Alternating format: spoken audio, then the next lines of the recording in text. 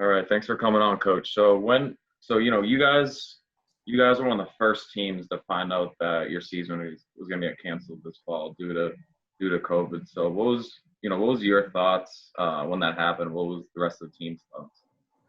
Yeah, I think it's hard no matter what you're doing, but we were kind of, realistic about the whole thing. When the spring season was canceled, our spring ball was canceled. You're losing all the spring sports that are currently playing. The basketball team, they're losing their tournaments. When the NCAA isn't played, the March Madness tournament isn't played, something's up. And in reality, when it happened, you're like, oh, wow, that stinks, but can't wait for our season to get going. And then, like everybody else, this thing has just kept going on and on and on. And it became more of a reality in June and July and beginning of August. Like this probably isn't going to happen. And there's nothing you can do about it. That's the hardest part. It's an uncontrollable. We have no control over the situation. And we talk a lot about that as a team. Control what we can control. And that's how we kind of had to deal with it. Are we happy about it? No, we're not happy about it. We're struggling with it a little bit, but as a team, we just keep leaning on each other and moving forward. That's the only thing we can do, and get prepared to whenever we get allowed to kick off again, we gotta be better. And our guys do a really good job. We've done a really good job on Zoom meetings and communicating with each other and motivating each other and pushing each other in different ways. It's just a matter of growth. We've grown a lot as a team during this pandemic. Right. I can imagine. Definitely trying to, get creative with different ways to improve as a team, and kind of all the adjustments with having to do a lot of stuff virtual and everything, I'm sure. Yeah. It's been interesting because we have guys right now on the West Coast. We have guys in California. We have guys everywhere. We have guys in California, all over the U.S. We also have guys in London. We have guys in Europe. So trying to schedule a team meeting at the exact right time is pretty tough when you got guys that are, 3 hours behind you and 5 hours ahead of you. And got some guys, and it's 2:00 in the morning, and they're in a team call. And you just appreciate the sacrifice and the time of everybody. And never thought we'd be doing all this, but our guys have really bonded over it. Right. Exactly. Yeah, so you kind of mentioned part of the next question, but how exactly have you and the team adjusted to during these times? Obviously, there's no season. I'm not sure how if you have practice or anything, how that works. So basically, what adjustments have you made to try to compensate for not having a season? Yeah, it's a good question. I think every team is probably doing a little bit differently. Our league, the Ivy League, obviously is very player safety is utmost importance. And you really appreciate that. You really do. It frustrates you a little bit, but you really appreciate that. This is the true student-athlete experience. So they have guidelines that we have to follow, and in certain phases we can do things. And as long as we're moving ahead in the phases, we can do a little bit more. A lot of our guys decided to take the semester off and say, hey, I'm not coming to school, to maintain their eligibility for next year. So a lot of our seniors are coming back, and everybody's situation is differently, and we have to respect every person's situation and how they're going to handle it. But it's been good. It's been good for us. We've been on the practice field a little bit for the guys that are enrolled. What we can do, sometimes we can use the ball, sometimes we can't. But focus is getting bigger, faster, stronger, and understanding the playbook. So it's been good for us to be on the field. And the guys that aren't enrolled, it's just a matter of staying in touch and developing your relationship with player to player, player to coach. All that stuff has really been a focus for us. Relationships are very important to us here at Yale, and that's what we're trying to grow right now. Yeah, I feel like communication is definitely a huge factor right now. Yeah. I can say this, when we first started, I was like, wow, this Zoom thing is the coolest thing ever. Yeah. I think after about the 1,554th Zoom call, I'm like, okay, I can't stand Zoom anymore. But it's been good. It's really this is just shrinking the world even more, that we can communicate with anybody at any time. It's really neat. I know, especially some of those. I know you guys definitely have some of those big Zoom meetings where it's like the whole team, and all of a sudden a bunch of guys start talking, and then it's just like sounds like an absolute mess. Audio is just insane. Yeah. You have to. It was pretty quick. We had a team rule. Everybody mute their mic and type in the chat if you got a question. Deal with that quick. Definitely good strategy. Yeah. Yeah. And with that being said, obviously you've definitely had some extra time on your hands. So with that being said, have you added any, new plays or schemes to your offense or defense with that going on? Yeah. This has been awesome for me to press pause and everything and start to actually study all the stuff that I've wanted to study over the years.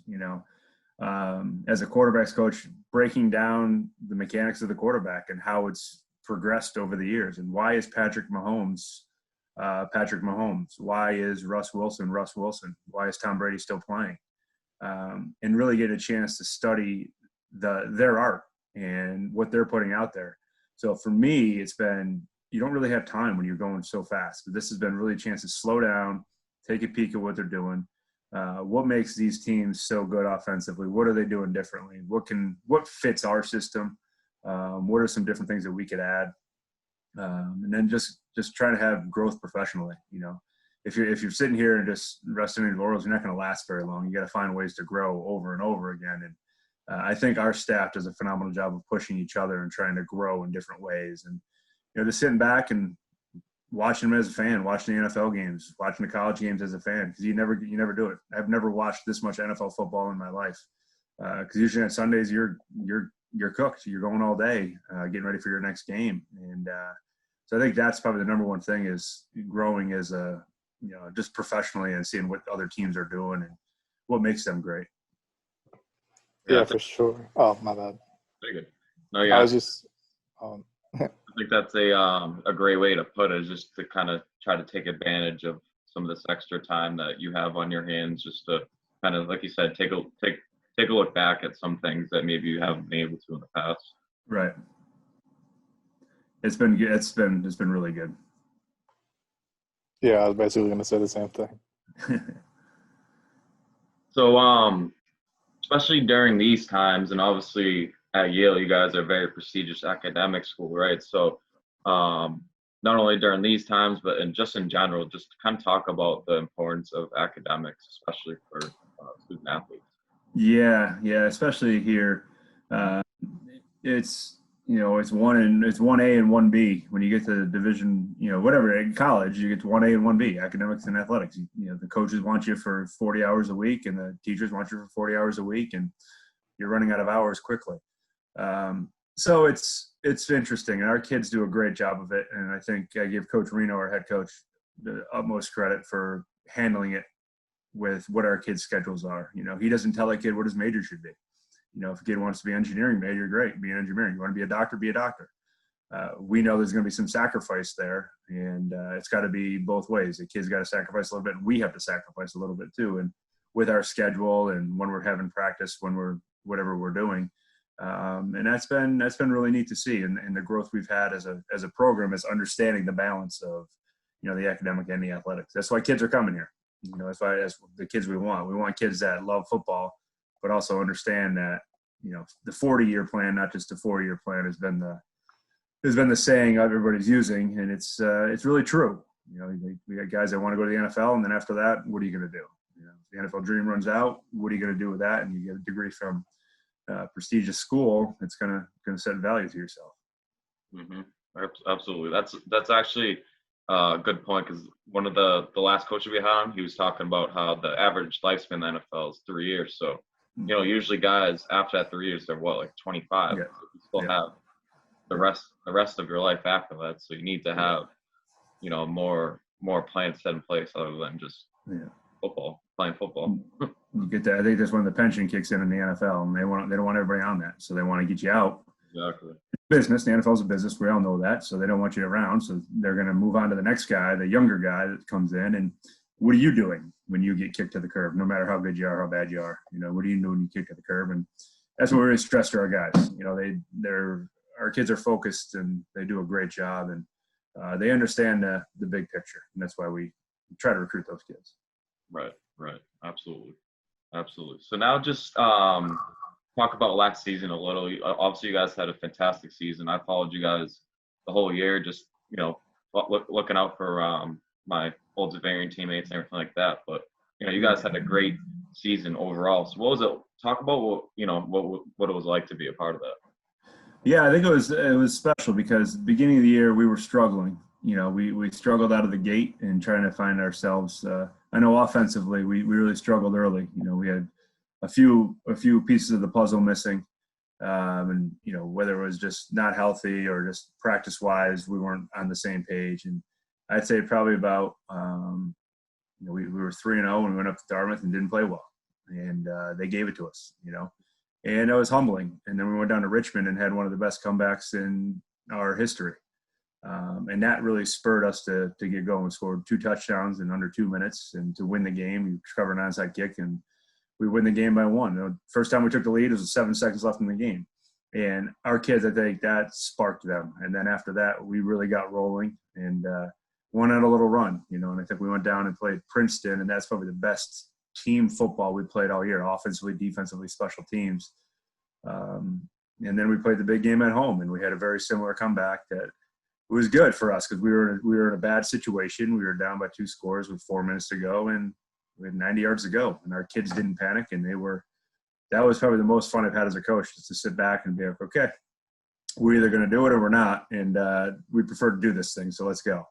And our kids just responded, and it just speaks to the value of relationships and trust in each other and just the belief. And that was ultimately why it ended in our favor. So a lot of fun to go out that way. That's a storybook game in itself, with the protest and the lights and the lack of lights, I should say. And it's pitch black out, and you're still trying to throw and catch. And just a good way for those seniors to go out. It was a lot of fun. Mm-hmm. Right. Yeah, it was definitely a great ride for you guys. Yeah, so obviously you're talking earlier about academics, and I feel like Yale definitely embodies like being a student athlete, since it's an Ivy League and all. So if you could talk about the culture at Yale, that would be awesome to hear, like your perspective on like how everything goes there. Yeah. You're really, as far as a student athlete, as far as just the academic portion of things, is you have to be driven academically. If you just going by, just getting through, you're fine. You're going to get eaten up.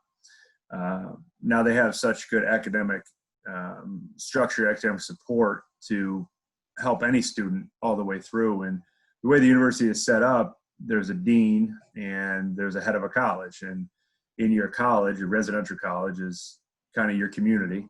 There's a dean in the college. It's kind of like your guidance counselor, similar to your guidance counselor in high school. That's what we equate it to. And that person's there 24/7. So if you need help with anything, that person's there to support you.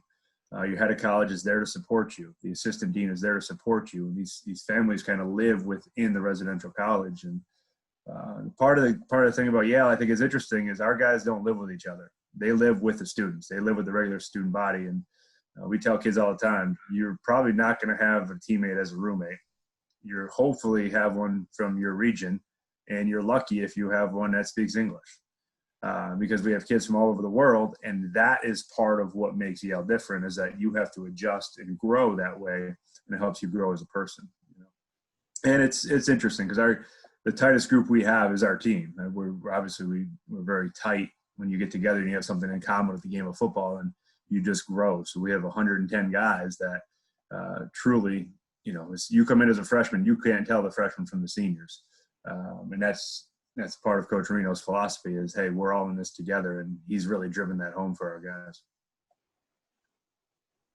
Yeah, I think that's awesome. I mean, that's one of the beautiful things about football is just the amount of guys that come from all these different places that come together for one goal, one mission, and just learning about other people's like cultures, where they're from. That's one of the most interesting things.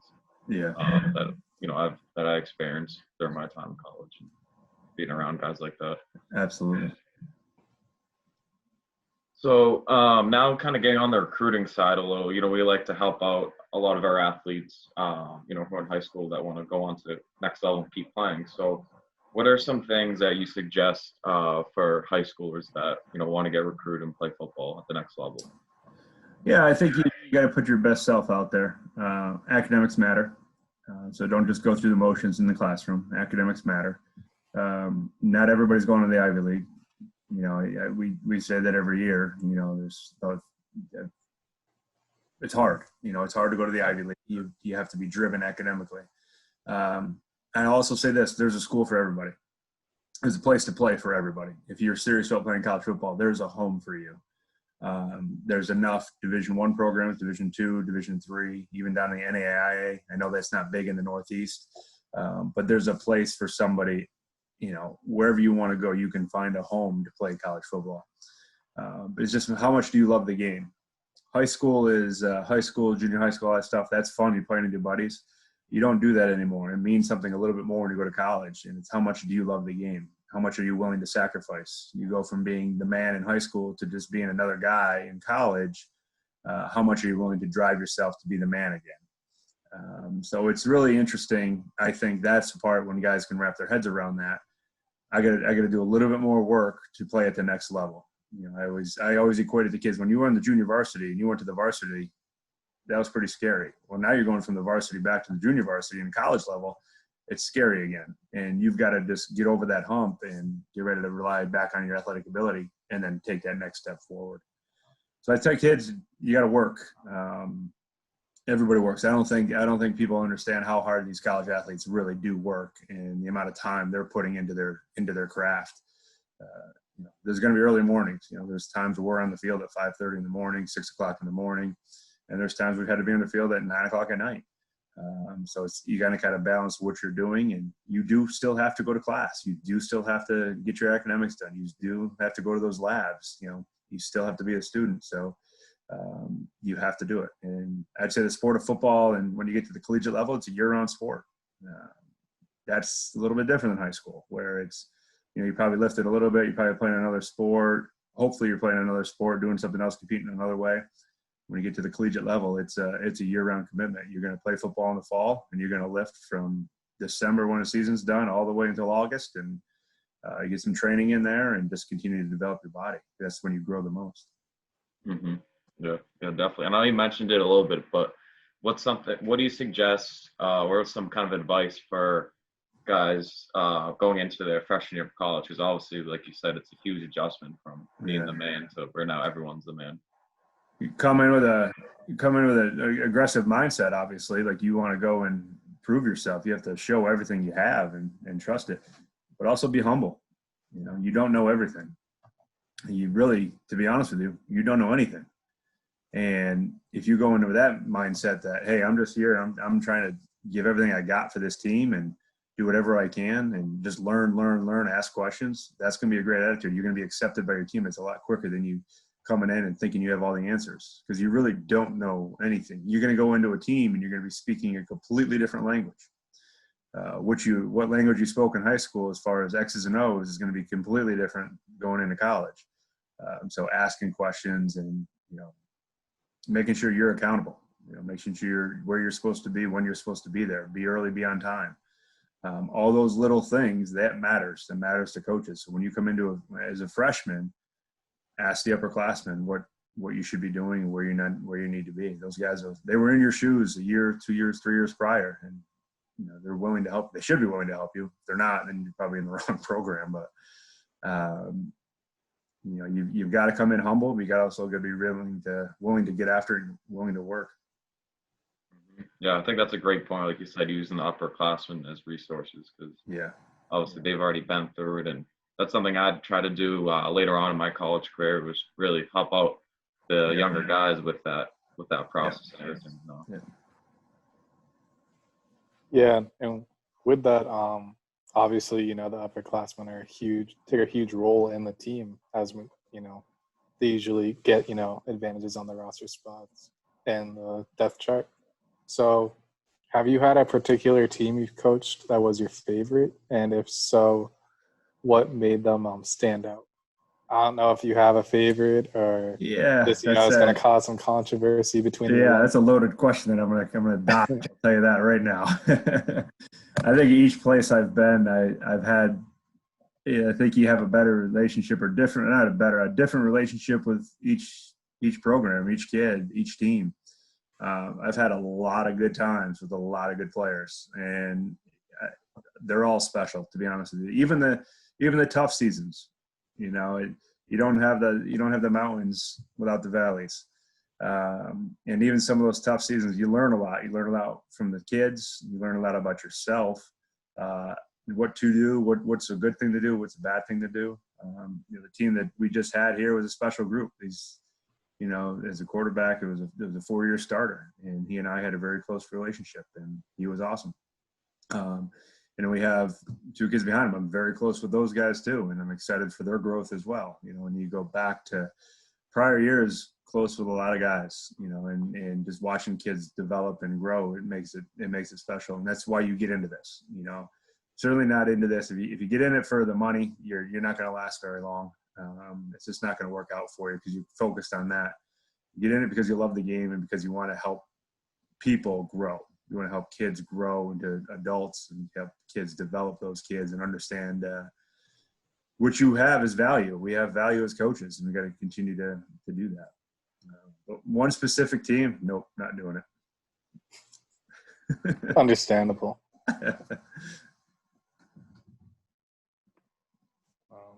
So now kind of getting more into the X's and O's type.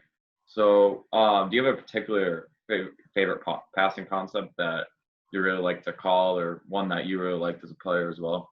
Yeah, well, I'll talk as a coach. It's turned into just simple 4 verticals. I love that play. Different ways, just taking a shot. If it's man coverage, know where you want to go. If it's zone coverage, know where you want to go. I think that's been something we've really developed. And in running 4 verticals, to us, we should be able to run it against anything and know where the ball needs to go. So it goes back to the less is more. Run that play and be great against everything and be really good at understanding that play. Then you shouldn't need too many other plays. Mm-hmm. Say 4 verticals has really taken off for us, and being able to read it differently. There's certain different ways to read the 4 verticals, and we read it, the same formation, we'll read it 3 different ways, and it's just a matter of where we want the read to be. So I think 4 verticals has been our number one. Playing wise, my favorite one is a wheel route. I was a triple option quarterback, played at Springfield, so it was just a play action, chucked up. I got 15 yards wide open because everybody came up to make the tackle, so it was a lot easier then. I hear that. A lot of my passes look like punts. Do you have a particular formation that you like 4 verts out of? It depends on the situation, I'd say. Either 3x1 or 2x2. How good is your tight end? Where's your speed? What position are you trying to exploit? Mm-hmm. Those different things you have to answer, and it's different week to week for us. I know that. It depends on the form. What formation are we in? What one do we want? Who's covering the tight end? How good is the linebacker carrying the receiver? Do they change personnel if you're doing this, doing that? So we got to have those answered during the week, and then maybe it's 2x2, maybe it's 3x1, maybe it's empty. But for the most part, it's just what is our advantage going to be, and try to exploit that. Right. Now, for when you guys run 4 verts, do you give the outside receivers options to either do like a comeback or a back out? Yeah. They'll what we call fall out. They'll fall out of it if the corner's up over his head. Okay, yeah. And they got to do a good job. We're reading defenders all the time, and I think that's probably a little bit different. I always talk to the high school kids. You actually have to run with your eyes up because you have to understand what the coverage is doing. The coverage moves, you move, and just getting those kids to understand that. But yeah, we'll read the corners, and if they're deep or falling, just like everybody else, they're deep or falling out. If it's man, we're going. That type of philosophy. Right, absolutely. What are some things that you look for in a quarterback? Maybe if you have a tight quarterback competition, what's going to be one thing that maybe separates one of the guys in that battle? Yeah, that's a great question. We've had a lot of QB battles over the years, and I just mentioned we had a 4-year starter, and that was an interesting time. Who was ready to go, and when he was a freshman, it was who was ready to go. And we had a couple of upperclassmen that we thought were going to take the reins and didn't quite grasp it, weren't quite ready yet. And we threw the young freshman in, and he played well early, and then he threw a really bad interception. And it was like, this kid's going to be good, but he's not ready yet. Right. So we invested in a couple other kids, and the freshmen kept developing. And we said, you know what? let's go with it. And it worked out for us, you know. And then we have kids behind him that are, you know, equal to him, you know, and they were driving him in practice. He knew if he went down, he might not be the guy anymore. Because these other guys behind him are driving to be better than him, and the competition is what you need. So what are you looking for? You know, for me as a quarterback, who's moving the chains? Who's putting the ball in the end zone? Yeah. It can all look pretty. I don't care what it looks like. I want the ball moving. We need first downs. We need points. And whoever's doing that at a consistent basis, don't mess with it. You know, however it's going. I don't care if you're throwing the ball. I don't care if you're running the ball. I don't care how it's going. Bottom line is we have to score points. It's our job as an offense. So it's first downs and touchdowns. That's how that happens. So whoever's moving the chains consistently and doing it the right way, go with that guy, you know, because that guy's going to score points, and scoring points is fun. Yeah, 100%. And then what are some things that you look for in a quarterback when you're recruiting them? Obviously the talent. We need the talent. We need the arm strength. We need the mobility. We need all those things. And a lot of times, I'll be honest with you, the thing that I spend a lot of time with is watching the quarterback's film with him. And I want him to tell me what he's doing. And I want to know how much of the game he knows, how much of the game he understands, and not drilling him. I just want to talk to him. Hey, what play was that? You know, what were you reading on that? And if he can describe it, boom, boom, boom, boom, boom, he's pretty tuned in. If he struggles with it, then maybe he's a really good athlete, just needs to develop a little bit more. So it's a fine line, and just understanding the kid and ultimately what you need. You know, what fits in your program the best? What kind of quarterback do you need for your program? If you have an established program, you know what kind of guy you need and what kind of guy you want in your program. It might not be the 5-star. Maybe the 5-star, the stud that's all about himself, probably doesn't fit in your program. You're going to have to say no. You know, it's hard to say no to that guy, but you might have to say no to that guy if he's going to be it's going to be tough in the locker room, because in the quarterback, he's the one driving the car, you know, and you've got to make sure you have the right person driving the car. Mm-hmm. Yeah, no, I think that's awesome that you sit down and watch film with them just to kind of pick their brain and everything. It kind of reminds me of Gruden's QB camp when he would sit down all the quarterbacks and have them break down their college film and everything. Absolutely. That guy was ahead of his time, and obviously he's having success in the NFL now because he knows what he's doing. But yeah, that's just be a human being. We're going to spend a lot of time together. I want to know what you know and see where we can go and develop the relationship that way. Right. Absolutely. So you've been coaching now for almost nearly 20 years, right? Yeah. So what's been the most rewarding part about your career so far? Relationships with the players. I value that a lot. It's important to me to have a relationship with the kids. And it's been, I feel strongly I can have a relationship with a kid from any demographic. It doesn't not matter. A kid loves football. A kid wants to get better. A kid wants to do whatever he wants to do. We're going to have fun. And we're gonna grow that way.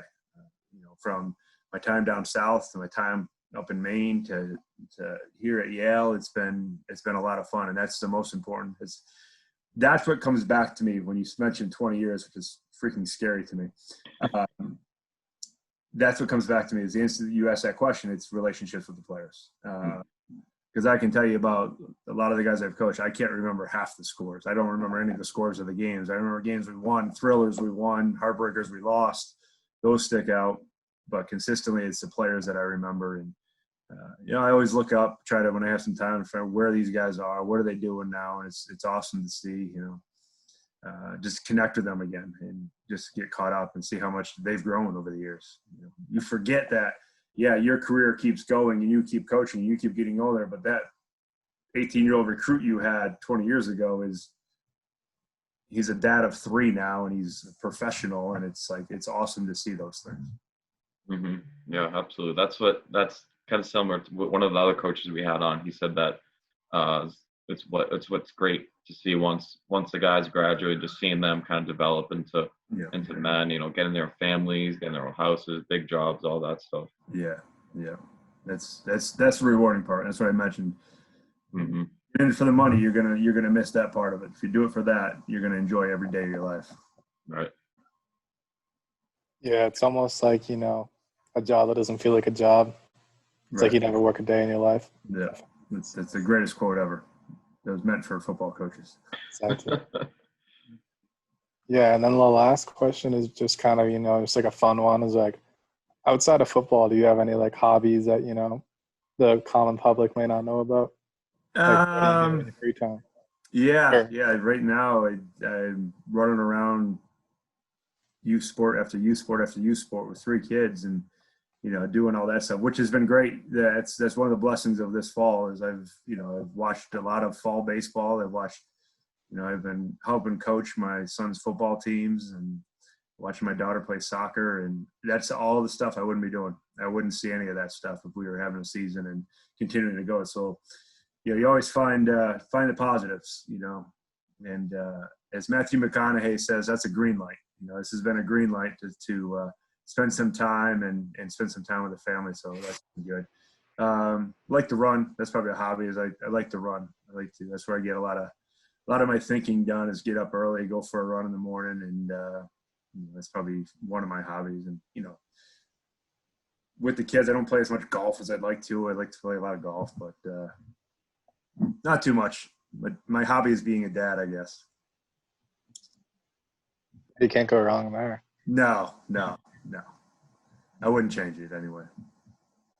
Yeah, absolutely. Well, that's all we have on our set of questions, Coach. We appreciate you coming on, taking the time.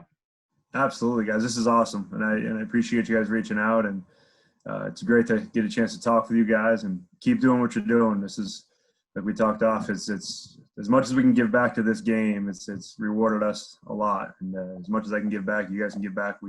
I appreciate it. I know everybody in the profession appreciates it too. Thanks Yeah. for For sure. Absolutely.